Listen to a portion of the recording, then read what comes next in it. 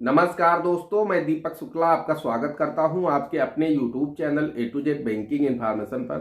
दोस्तों, आज के वीडियो में हम बात करेंगे कि आप अपने केसीसी यानी किसान क्रेडिट कार्ड लोन खाते में एक फाइनेंशियल ईयर यानी एक वित्तीय वर्ष में एक साल में आप कितने बार पैसों की जमा निकासी कर सकते हैं, ताकि आपको भी कोई दिक्कत ना हो, बैंक को भी कोई दिक्कत ना हो और इनकम टैक्स डिपार्टमेंट की तरफ से आपको नोटिस भेज करके न पूछा जाए कि आप अपने इस लोन खाते में इतने अधिक ट्रांजेक्शन क्यों कर रहे हैं।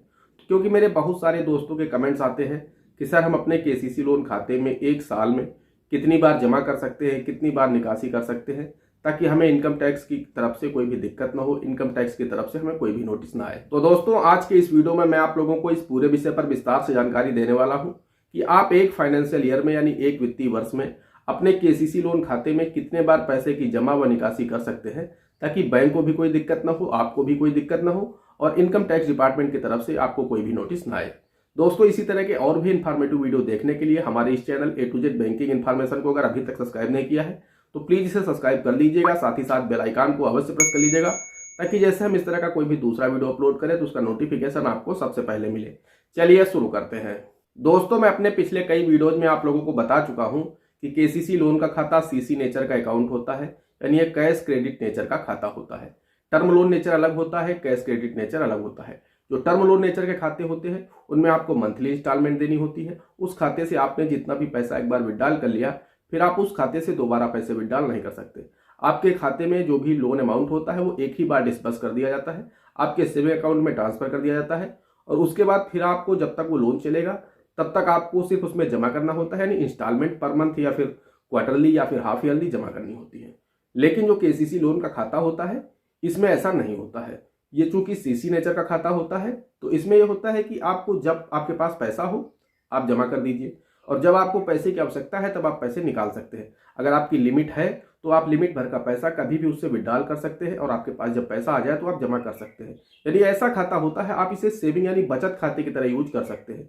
आपको जितनी बार आवश्यकता पड़े आप उससे निकाल लीजिए और जितनी बार आवश्यकता आपकी पूरी हो जाए, आपके पास पैसा आ जाए तो आप उसमें जमा कर सकते हैं। जिस तरह से आप लोग अपने सेविंग अकाउंट यानी बचत खाते में पैसे का लेन देन करते हैं, पैसा आता है आप जमा कर देते हैं, आपको जरूरत पड़ती है आप विड्रॉल कर लेते हैं, तो सेम उसी तरह है। आप जब भी आपको आवश्यकता पड़े आप केसीसी खाते से पैसे विड्रॉल कर लीजिए। आपको थोड़े थोड़े पैसे की आवश्यकता है तो आप थोड़े थोड़े पैसे विड्रॉल कर सकते हैं। अब मान लीजिए आपने अपने खेत में कोई फसल बोई है तो उसकी जरूरत का जो उस फसल में जो लागत आने वाली है तो एक दिन में आप पूरा पैसा तो निकाल नहीं लेंगे। मान लीजिए आपने उसकी खाद बीज की आवश्यकता है तो स्टार्टिंग में थोड़े पैसे की आवश्यकता होगी, फिर आपको उसमें पानी लगाना है तो फिर थोड़े पैसे की आवश्यकता होगी, फिर उसके बाद में आपको उसमें खाद डालनी है, दवा डालनी है, तब आपको थोड़े पैसों की आवश्यकता होगी, तब आप निकाल लीजिए। फिर आपको नेक्स्ट टाइम फिर से पानी लगाना है, खाद डालनी है, तब फिर आप उसे निकाल लीजिए। तो इस तरह से चूंकि ये क्रॉप लोन होता है तो आपको जितनी बार आवश्यकता पड़ती जाए आप इस खाते से निकालते जाइए और आपके पास में बीच में अगर पैसे आते जाते हैं तो आप डाल भी सकते हैं। मान लीजिए आप पशुपालन का व्यवसाय करते हैं तो आप दूध बेच करके अगर 15 दिन में या फिर महीने में या फिर रोज आपके पास कुछ पैसा आ जा रहा है तो अगर आप उसमें से सप्ताह में मान लीजिए आपको दूधिये ने पैसा दिया, आपके पास 1500 रुपए हो गए तो आप इसमें डाल सकते हैं। ऐसा नहीं कि आपने केसीसी खाते से 1 लाख रुपए निकाल रखे हैं तो जब आपके पास में 1 लाख रुपए होंगे तभी जमा करेंगे। आपके पास में 1000 रुपए आ गए या फिर 500 रुपए आ गए तो आप उसमें जमा कर दीजिए, क्योंकि जो केसीसी का ब्याज है वो पर डे का है। आप जितना पैसा उसमें आज जमा कर देंगे आपको कल से ब्याज सिर्फ उन्हीं पैसों पर पड़ेगा जो बकाया रह जाएगा। यानी जितने पैसे आप अपने पास रखेंगे उन्हीं पैसों का आपको ब्याज देना है, जो पैसे आप जमा कर देंगे उन पर आपको ब्याज नहीं देना है।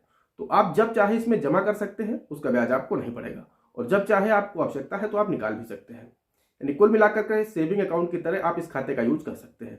अब बात कर लेते हैं एक साल में आप कितनी बार इसका यूज कर सकते हैं जमा निकासी में। तो दोस्तों, हम आपको बताना चाहते हैं कि मिनिमम में मान के चलिए, मैंने तो आपको बता दिया, ऐसी कोई लिमिटेशन ना ही आरबीआई के द्वारा तय की गई है ना ही इनकम टैक्स के द्वारा तय की गई है। कोई लिमिट नहीं बनाई गई है कि आप केसीसी खाते में कितनी बार जमा निकासी कर सकते हैं।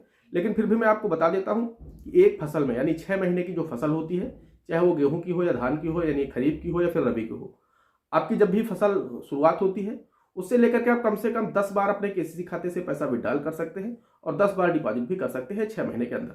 उसमें ना ही बैंक को कोई दिक्कत है, ना ही आपको कोई दिक्कत है, ना ही इनकम टैक्स आपसे पूछेगा कि आपने इतनी बार अपने खाते में लेन देन क्यों किया। यानी 10 बार जमा और 10 बार निकासी आप 6 महीने में ही कर सकते हैं। तो एक साल में आप कम से कम अपने केसीसी खाते में 20 बार जमा और 20 बार निकासी कर सकते हैं। उससे ना ही बैंक को दिक्कत है, ना ही इनकम टैक्स को दिक्कत है।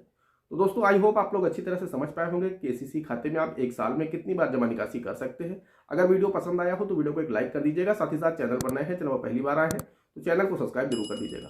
दोस्तों आज की वीडियो में इतना ही, मिलते हैं अगले वीडियो में किसी अगले इंटरेस्टिंग टॉपिक के साथ। तब तक के लिए जय हिंद, जय भारत।